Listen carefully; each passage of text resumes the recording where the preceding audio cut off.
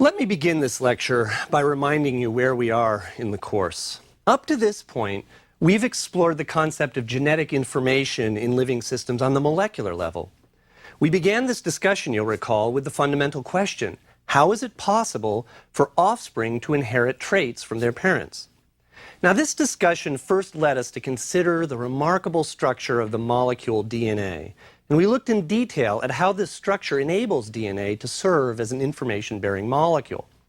We then looked at the processes by which the information stored in DNA is transmitted via RNA into the structure of proteins through the processes of transcription and translation. But this discussion of what we'd call molecular genetics has not completely answered the question of how offspring actually inherit their traits from their parents.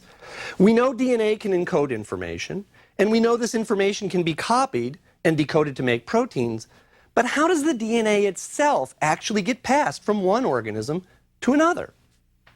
In specific, when a cell divides, how's the DNA in the dividing cell physically distributed to the two resulting daughter cells? More generally, when a new individual is produced, how does it acquire its DNA from its parent? Now, to answer these questions, we need to move our discussion from the molecular level of the hierarchy of biological organization to the level of cells and organisms. There really are two issues we need to start addressing. First, we need to understand how the continuity of genetic information is maintained when cells divide, to ensure that daughter cells have the same genetic material as their parents. Cells normally divide through a process called mitosis, and so we'll first look at mitosis and see how DNA gets distributed in this way. Second, we need to look at one special way in which many kinds of organisms produce offspring, that is, through sexual reproduction.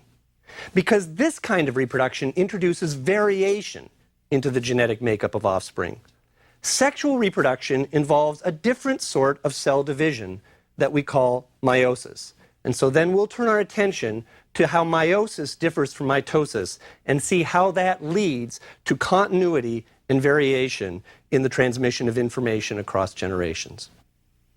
Well, let's begin by looking at how DNA is distributed in normally dividing cells through the process of mitosis.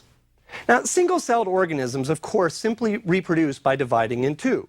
And when they do, each daughter cell has to get a complete copy of the original parent's DNA.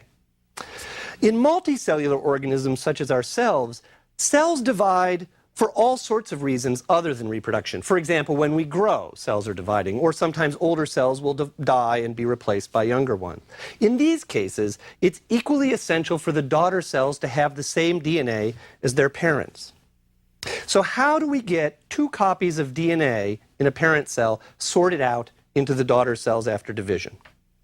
Now, in prokaryotic cells, this isn't such a big deal because, as I told you before, prokaryotic cells have a relatively simple piece of DNA that serves as their information-bearing molecule. It's just one circular piece of DNA, and it forms what we would call a single chromosome. So when a prokaryotic cell, and all of these prokaryotes are single cells, divide, you can imagine it's not too hard to imagine that one copy of this circular chromosome would go to one cell and the other to the other cell. But in eukaryotic cells, there's typically a whole lot more DNA, a whole lot more. And furthermore, this DNA is divided into a number of different linear strands. These linear strands are what we would also call chromosomes, and individual organisms might have many, if not dozens, of these chromosomes. So sorting out chromosomes in the process of division for eukaryotic cells is potentially a much more complicated problem. Now, what I want to do is to begin this discussion by turning our attention to the life of the cell, or what we'd call the cell cycle. The cell cycle can be divided into two major phases. In the mitotic phase of the cell cycle, that's when the cell actually divides, splitting in two to form two daughter cells. Interphase refers to the remainder of the cell cycle. Interphase is typically when the cell does what it normally does in life, and it's much longer than the mitotic phase, occupying up to about 90% of the entire cell cycle. Now, there are a lot of details to the cell cycle that we could discuss. I mean, for example, interphase is typically divided into its own three phases, the so-called G1 phase, the S phase, and the G2 phase. These stand for the first gap phase, the synthesis phase, and the second gap phase. The only point I want to make here is that during the S phase of interphase, S phase for synthesis, that's when the DNA in the cell is being replicated. That's when that process of DNA replication that we discussed a number of lectures ago actually is occurring. Now, once the DNA has replicated, the cell may go into the mitotic phase where it divides. And what we have to do is to get these two copies of all of the DNA separated. Let's take a closer look then at mitosis and see how this happens.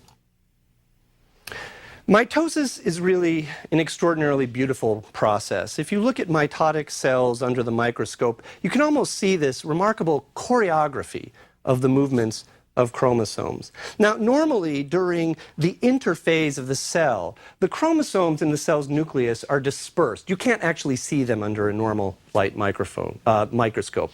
But when the cell prepares for mitosis, these chromosomes, and remember, chromosomes are made up of both DNA and proteins associated together, a structure that we call chromatin. These chromosomes begin to curl up on each other and condense and form little physical bodies that you can actually see under a normal low-powered microscope. Now, for our purposes, there are 4 stages of mitosis to consider, which we define based on the progress of the movements of chromosomes in these dividing cells.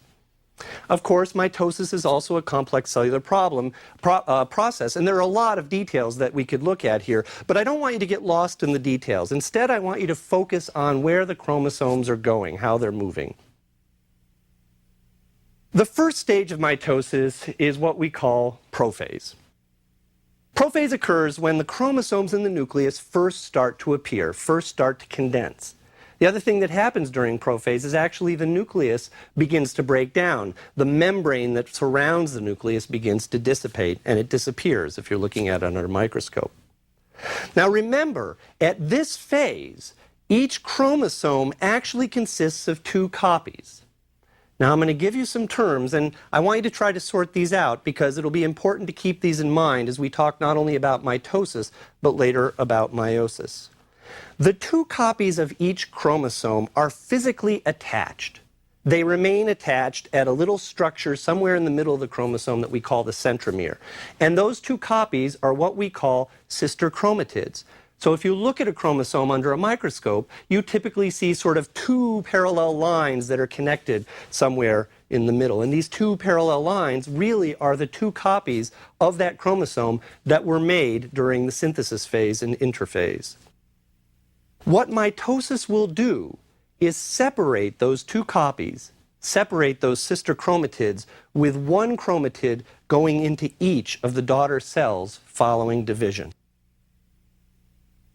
Now, the second major waypoint, if you will, during mitosis is what we call metaphase.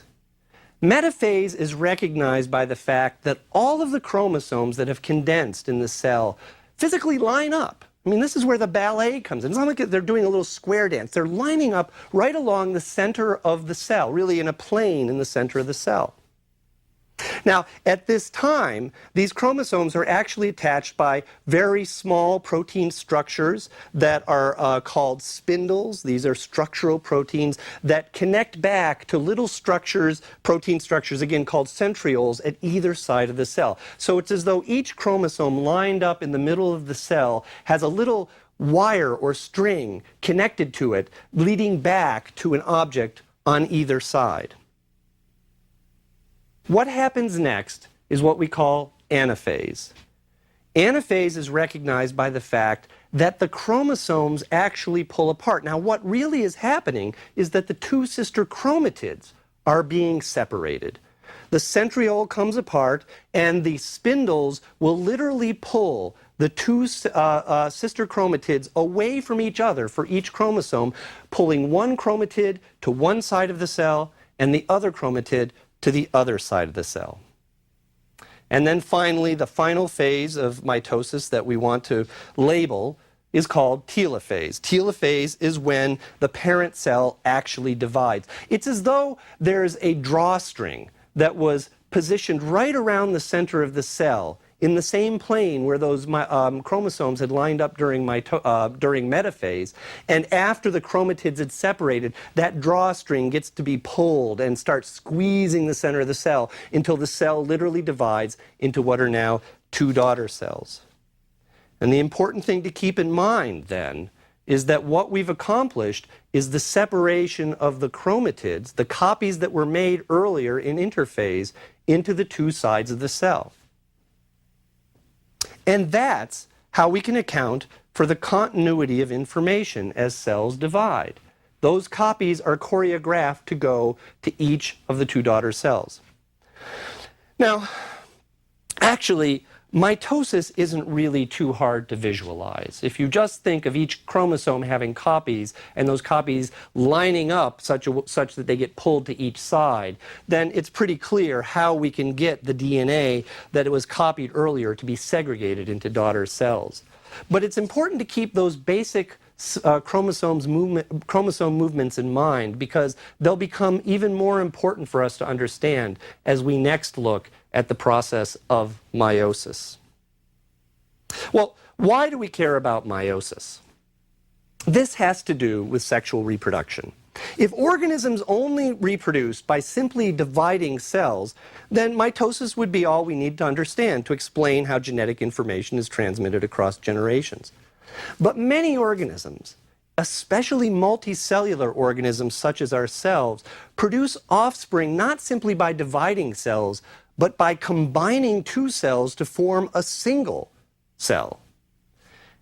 Now, that's why we need to understand meiosis, because it's the cells that are combined, what we call gametes, that need to be produced in a special way. Before we talk about that special way, let me remind you, though, what's really happening in sexual reproduction is that by combining cells from two different parents, we're combining genetic information from those two individuals.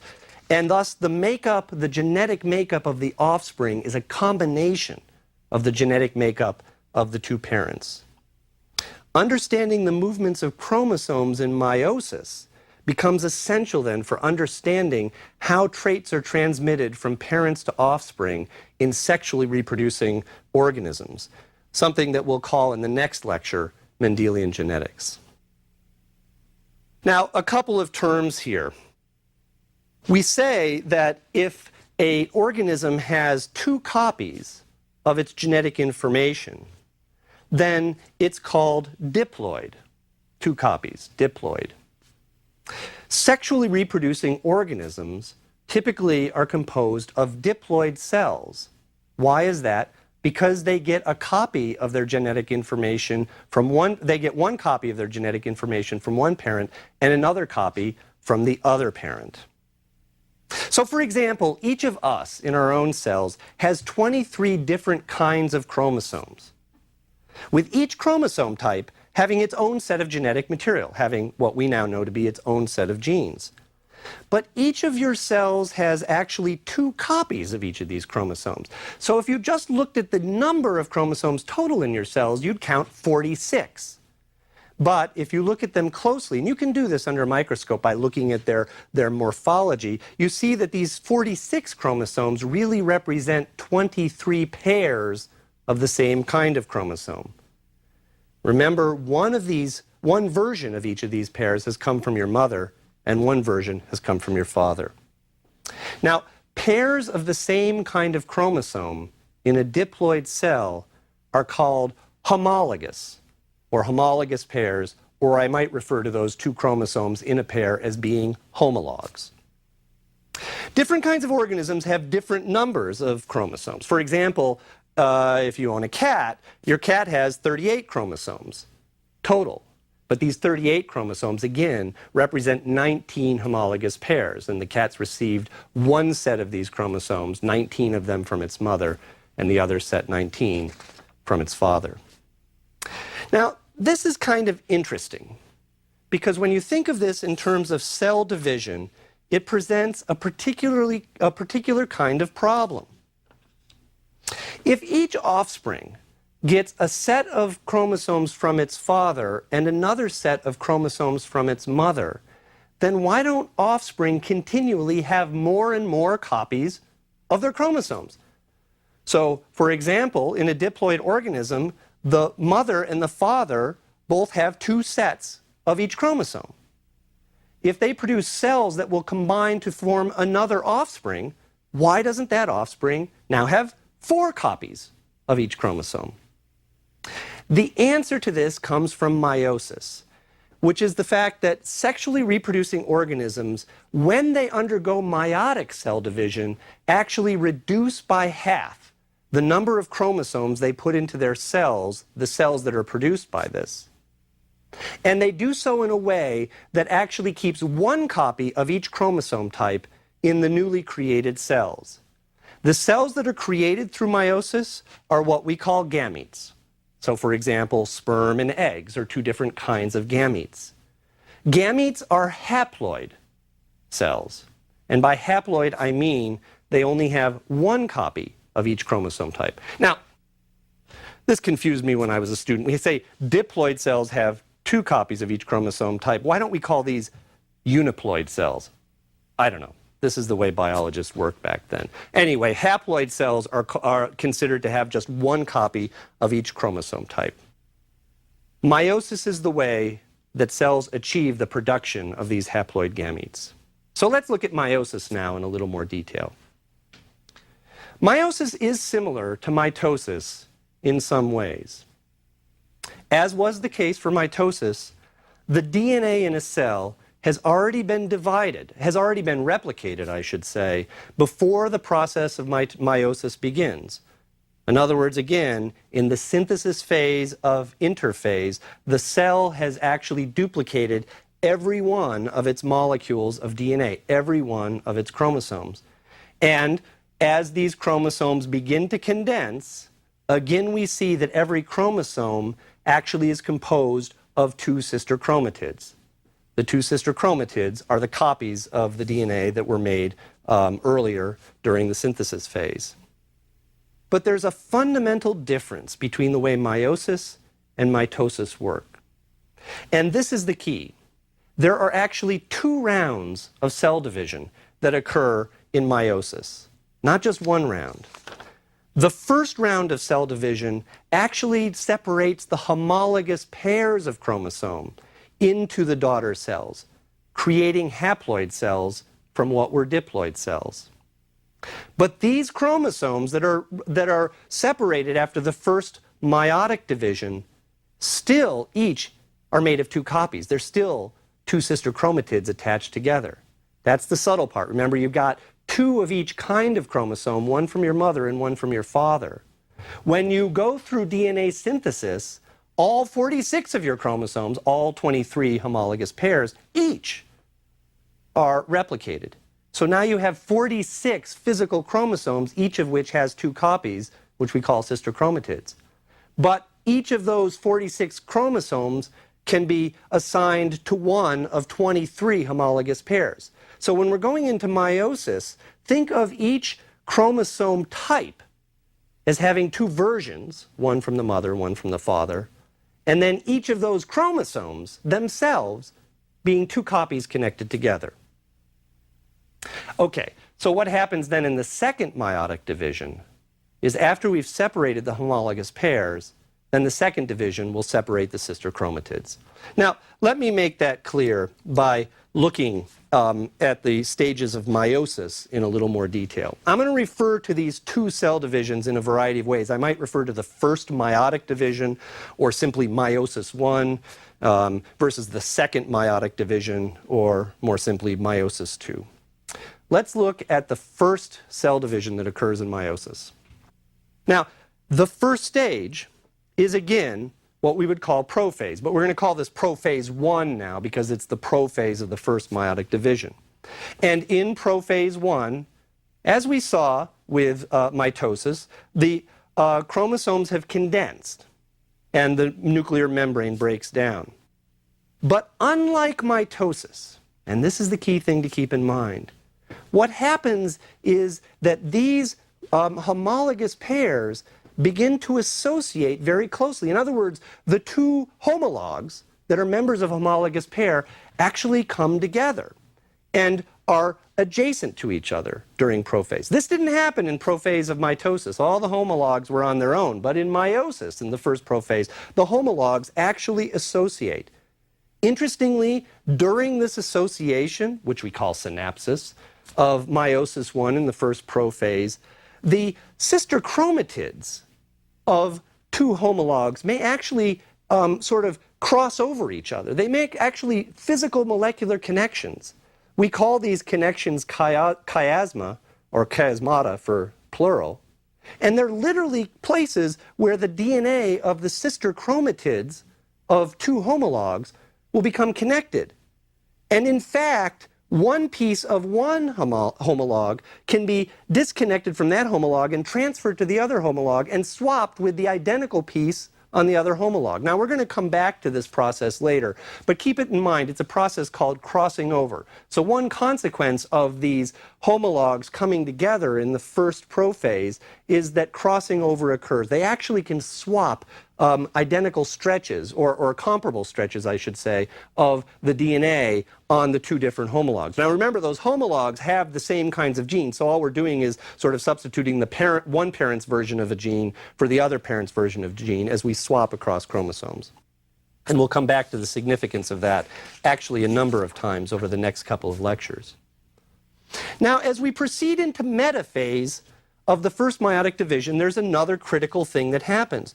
And that is that instead of all the chromosomes lining up in a single plane, the homologs still associated line up in what are essentially two planes, with one homolog on one side of the cell and the other homolog on the other side of the cell. In this case, the spindles are attached to these two homologs separately. Now here's the key thing that happens.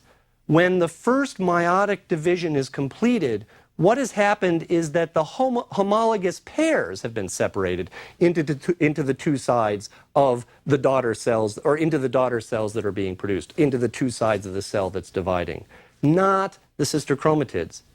So as I said before, at the end of the first meiotic division, we now have cells which are haploid.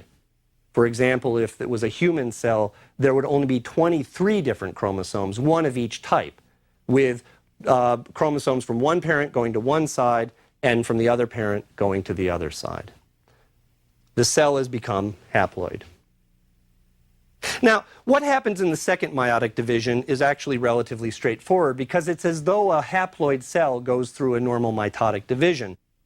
Again, we have prophase, we have metaphase, and in this case, in metaphase, again, the chromosomes line up. In this case, they line up just the way they did, all the chromosomes along the plane in the center. And then, as we go through anaphase and finish the second cell division, now what happens is the sister chromatids are separated. And what we have now is from one original cell, 4 cells being created. These are the gametes. Each haploid, each having now just an unreplicated chromosome for each chromosome. There's no sister chromatids. And then the way sex works is that these haploid gametes fuse, forming what we call a zygote. And the zygote is, again, a diploid cell. So we reduce by half the number of chromosomes and then bring it back up to the total again.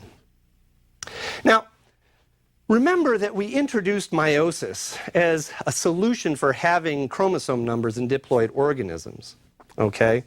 But what's really gained by this? I mean, to accomplish this, meiosis has to go through a much larger number of steps, a much more complicated process of moving chromosomes around. This seems like a lot of work. You'd imagine there's something that's worth it for doing all of this. And indeed there is. And the answer is that sexual reproduction, which requires meiosis in this way, generates an enormous amount of genetic variation. Now, some organisms reproduce asexually. In fact, many organisms will reproduce asexually some of the time. But there's a drawback to asexual reproduction, and that is that it produces highly uniform offspring. In In a sense, if you reproduce asexually, you're producing genetic clones. Now, if an organism is well adapted to its environment, and the environment is unchanging, then asexual reproduction might be okay because it ensures that offspring are as nearly identical to their parents as possible, and thus as well adapted to that environment as possible. But more often than not, across evolutionary time, conditions will change. The conditions that offspring find themselves, where they live, the environmental conditions there, will more often than not be a little different from the conditions in which their parents lived. Therefore, there is a selective advantage, there's an evolutionary advantage to producing genetically variable offspring. Essentially, it's a kind of bet hedging. Your offspring will be pretty similar to you, ensuring the continuity of genetic information. They're not just starting over from scratch, but they won't be exactly similar to you, so that they might be able to fit into a broader range of possible environments. Now, where do we get this kind of variation from? We already talked about mutation earlier in the course. Mutation is one process by which genetic variation is introduced into populations of organisms. Sexual reproduction, and specifically the way chromosomes segregate into gametes during meiosis, creates a significant additional source of genetic variation. Let's take a quick look at why this is. Remember, in meiosis, each chromosome behaves independently of its homologue. In mitosis, I should say, each chromosome behaves independently of its homologue. In meiosis, by contrast, the two members of the homologous pairs come together and separate in that first meiotic division. Here's the key point, though. When these homologs separate to the two sides of the cell, the way in which the homologs of different chromosome types line up is completely random with respect to each other.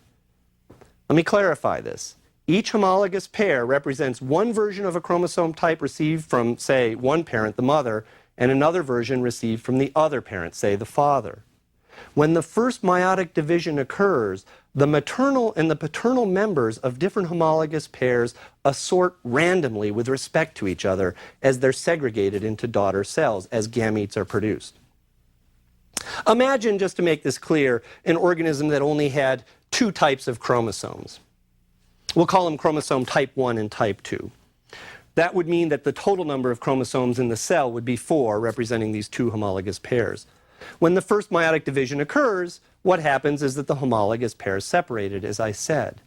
But these homologous pairs could line up at the first metaphase in two different ways.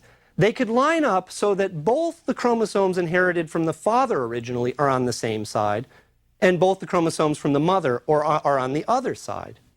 In which case, when meiosis was complete, the resulting gametes each would have the chromosomes from the same parent in them. In other words, there'll be gametes with just the father's chromosomes, 2 chromosomes, and other gametes with just the mother's 2 chromosomes. But it's equally likely that when the first metaphase occurs, these homologous pairs line up in a different way. For example, the paternal chromosome for chromosome 1 could be on one side with the maternal chromosome for chromosome 2. Whereas on the other side, we'd have the maternal chromosome for chromosome 1 and the paternal version of chromosome 2. What that meant is that when these cells divided, we'd now be producing gametes that had a mixture of the two parents' chromosomes. And in the end, if both of these possibilities occur, then we can imagine there are 4 possible kinds of gametes that could be produced. Now, the interesting thing is not to keep track of all these possibilities. I mean, this is a relatively simple example with just a couple of chromosomes, which is actually many fewer chromosomes than most eukaryotes have. But to realize that what meiosis is doing is actually shuffling the deck. It's shuffling the chromosomes you receive from each of your 2 parents. And in that way, doing something or creating something that we call genetic recombination. And it's genetic recombination, the mixture of genetic material from your 2 parents, that can produce a virtually infinite variety of mixtures of the genetic complements of 2 different parents in the production of gametes. This means that while offspring of sexually reproducing organisms are similar to their parents, thus ensuring the continuity we talked about earlier, they're not identical, thus creating the variation that we discussed. Next time, we're going to look at the consequences of this variation by looking at how offspring inherit traits from their parents in sexually reproducing organisms, following the rules that we now call Mendelian genetics.